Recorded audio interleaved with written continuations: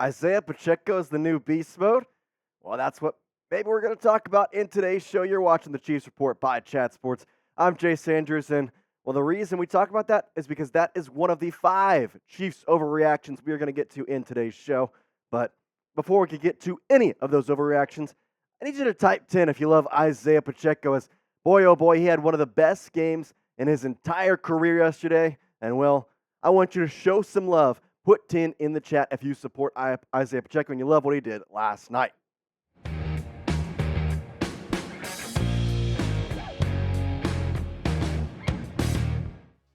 Appreciate you tuning in. You're watching the Chiefs Report by Chat Sports. My name is Jace Andrews once again, and the Chiefs defeated the Jets last night 23-20 in a game that should not have been close at all. It was 17-0 at the end of the first quarter, and then everything went downhill. It was not great for a lot of people.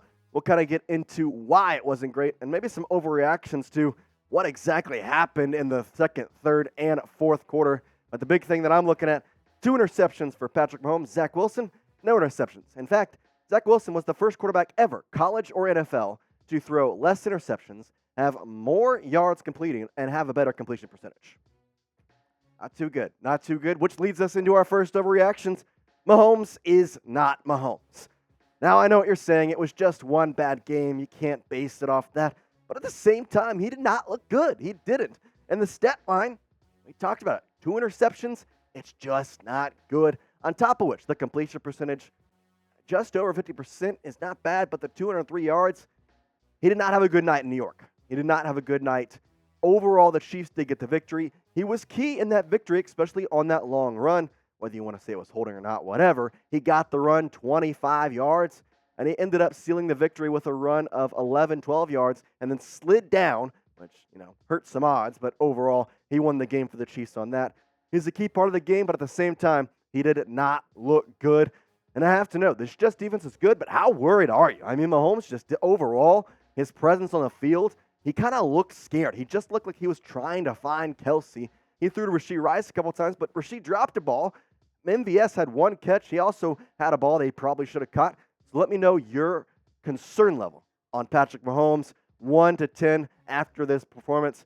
How worried are you? Get in the chat and let me know, because I got to be honest, he'll be okay. He'll be okay.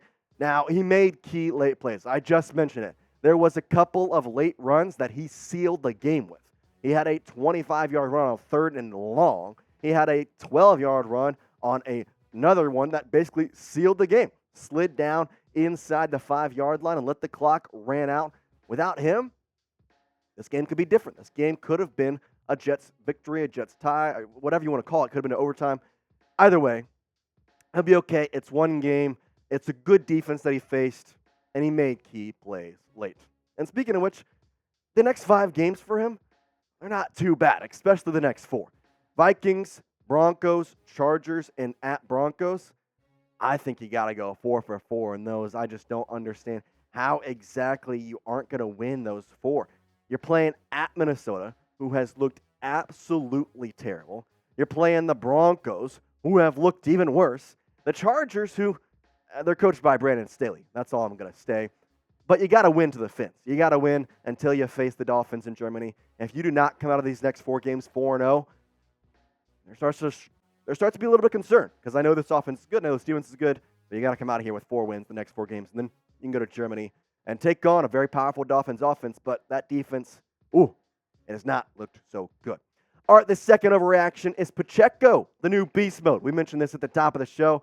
Could he be the new guy?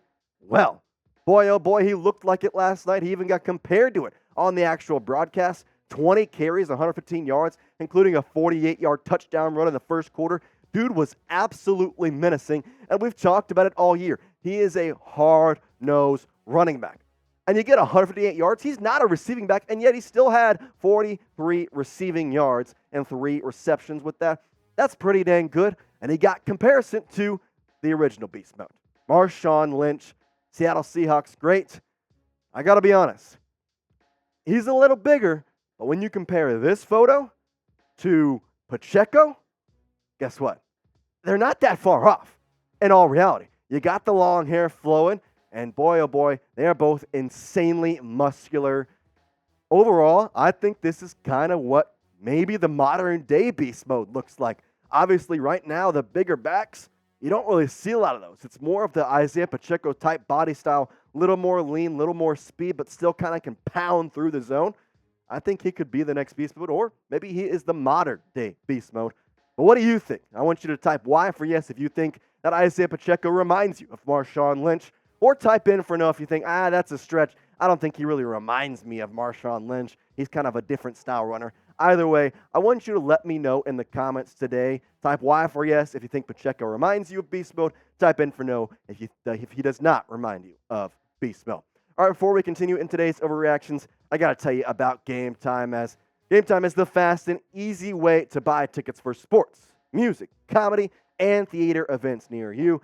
Now, Game Time knows you shouldn't have to worry about buying tickets to your next big event, and Game Time is going to give you the peace of mind when buying tickets for their best price guarantee, and Game Time will take the guesswork out of buying tickets. Some of the things that I like about Game Time, well, you get last-minute ticket deals. You can buy it pretty much the day of. I'm a guy, I don't like to plan. I used Game Time a couple weeks ago, check out an MLB game, watching, and I got to be honest, I didn't even plan to go to the game a day prior, but boom, picked up the tickets, less than 2 clicks. Game Time is obsessed with finding ways to help you save money on tickets, and it has zone deals where you can pick the section, and then Game Time will pick the seats, and you'll get an average of 18% of savings. Now, the Game Time guarantee means you're always going to get the best price. If you find tickets in the same section and row for less, Game Time will credit you 110% of the difference. Take the guesswork out of buying tickets with Game Time. Download the Game Time app, create an account, and use code ChiefsChat for $20 off your first purchase. Terms apply. Again, create an account and redeem code CHIEFSCHAT, ChiefsChat, for $20 off your first purchase. Download Game Time today. Last-minute tickets with the lowest price guaranteed. Let's dive back into these overreactions. The third one is that Trent McDuffie was overrated. Now, Trent McDuffie, well, he was the highest-rated PFF cornerback in the entire league up until last night. Not going to say he had a bad game last night, but all he had, the one stat line, tackles. That's it. That's all he had, just tackles. He got around the QB once, but it's not really a stat. You call QB pressure, but he's a cornerback. I'm not really focusing on QB pressures with a cornerback. 8 tackles. And the big thing, he had his toughest challenge of the year facing Garrett Wilson. And Garrett Wilson, ultimately, I think, won the battle. I'm not going to say these stats are overall impressive, but the fact that there was 9 receptions is a big number I look at. 60 yards is not that much for 9 receptions, but it was just these little dinky-dunk under routes. I mean, it was kind of crazy. 14 targets is an absolute absurd amount, especially when you consider the fact Garrett Wilson, he overlapped his reception career, like how many receptions he had in a single game. He had more of that in the first half. The first half. It's just kind of crazy. Now, again, there were a bunch of dink and ducks, but it's just kind of crazy, and it just wasn't a good game overall for Trent McDuffie. I don't know if he's necessarily overrated, but he faced a better receiver, and the better receiver played pretty well. But guess what? He's got Justin Jefferson this week, so we're going to get another look at him. But before we get into more of these overreactions, I need you to help me out. So we hit 46,000 subscribers last night, and that helped the Chiefs win. That did. The Chiefs would not have won without the Chiefs Report community. And all you got to do is hit that sub button. You got to sub for Kansas City Dubs. Make sure you're subscribed. We're posting daily Kansas City Chiefs content every single day of the week. And we're making sure you're on top of all things Chiefs. All right, the fourth overreaction is a name that we haven't mentioned much, and it's a name that we need to bring back up. Justin Ross is trapped on the Chiefs. Now, I don't know if this is true or not, but this is certainly a thing that we have to start looking at because Ross is kind of handcuffed. He kind of is. He only has 1 reception for 6 yards. Now, he's been on the field in every single game. He's been in at least one formation. But overall, it just seems like the Chiefs don't want to use him. He has height. He has speed. He has all the athletic intangibles, but they're just not using him, and I wish they would just use him more. I wish they would because I just don't know why they aren't using him. Like, I understand, okay? I understand.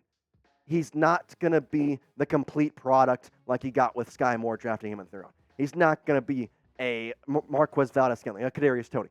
But guess what? Give him a shot. He could turn into something better. I just don't understand. In the preseason, he rossed a guy. Not mossed. Rossed. Because that's what he should be doing every single game. and they're just not giving him any opportunities. And what sucks is every time they get inside the red zone, he's on the field and he goes for that fade route, but Mahomes never looks his way. It's like he's the third option, and it never gets to that. Now, do they score often in the red zone? Yes.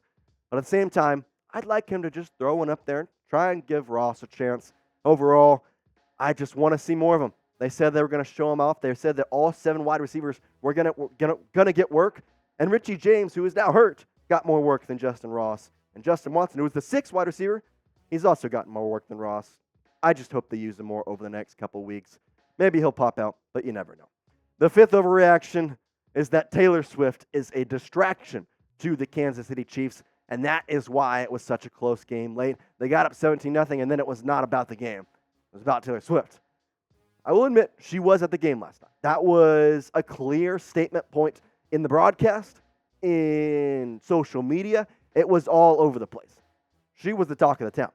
Not only that, every social media post after the game, it was kind of related to Taylor Swift, which in some ways I like because it's going to bring more fans to the Chiefs, to the NFL, going to grow the love of football more, and that's ultimately what this sport wants.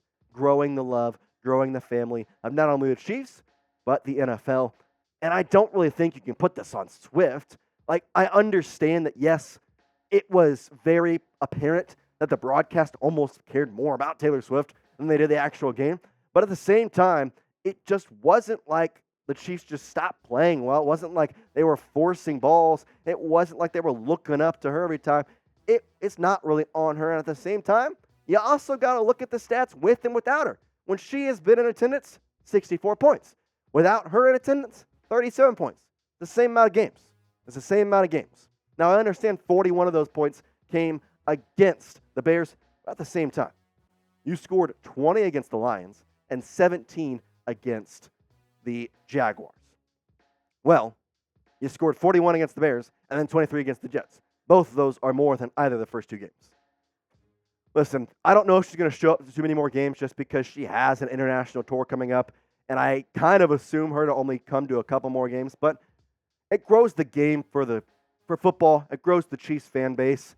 I don't think she was necessarily a distraction. Would I have appreciated maybe not showing her as much on the broadcast? Yeah, maybe. I mean, I want to look more at Pacheco. I think that was the one that kind of concerned me when Pacheco scored a touchdown and they panned to her, because when Kelce scores, went, okay, yeah, I understand that. But it was Isiah Pacheco. I want to see him dance. I don't want to see Taylor Swift jumping up and down. Like, I understand it was a quick pan, but overall, I don't mind this. I like that she's helping out, and I'm happy for Travis because, I mean, she's definitely helped him, and she's helping the Chiefs out in a lot of good ways. But I kind of wish that the NFL maybe would tone it down a bit, because I think they're going too far with this, where the Chiefs, they're holding back, and they're kind of just using it to their advantage. That's what the NFL should start doing instead of posting her every single second of the day. All right, well, if you've made it this far, let me know by liking the video. I really appreciate everybody here on the Chiefs support community. I really appreciate y'all joining us last night for the watch party if you did. And if you didn't, well, make sure to join us this upcoming Sunday where the Chiefs take on the Vikings. We're going to be live once again. And be sure to like the video today, as we really appreciate every single one of you. And as always, we'll see you tomorrow, and peace out.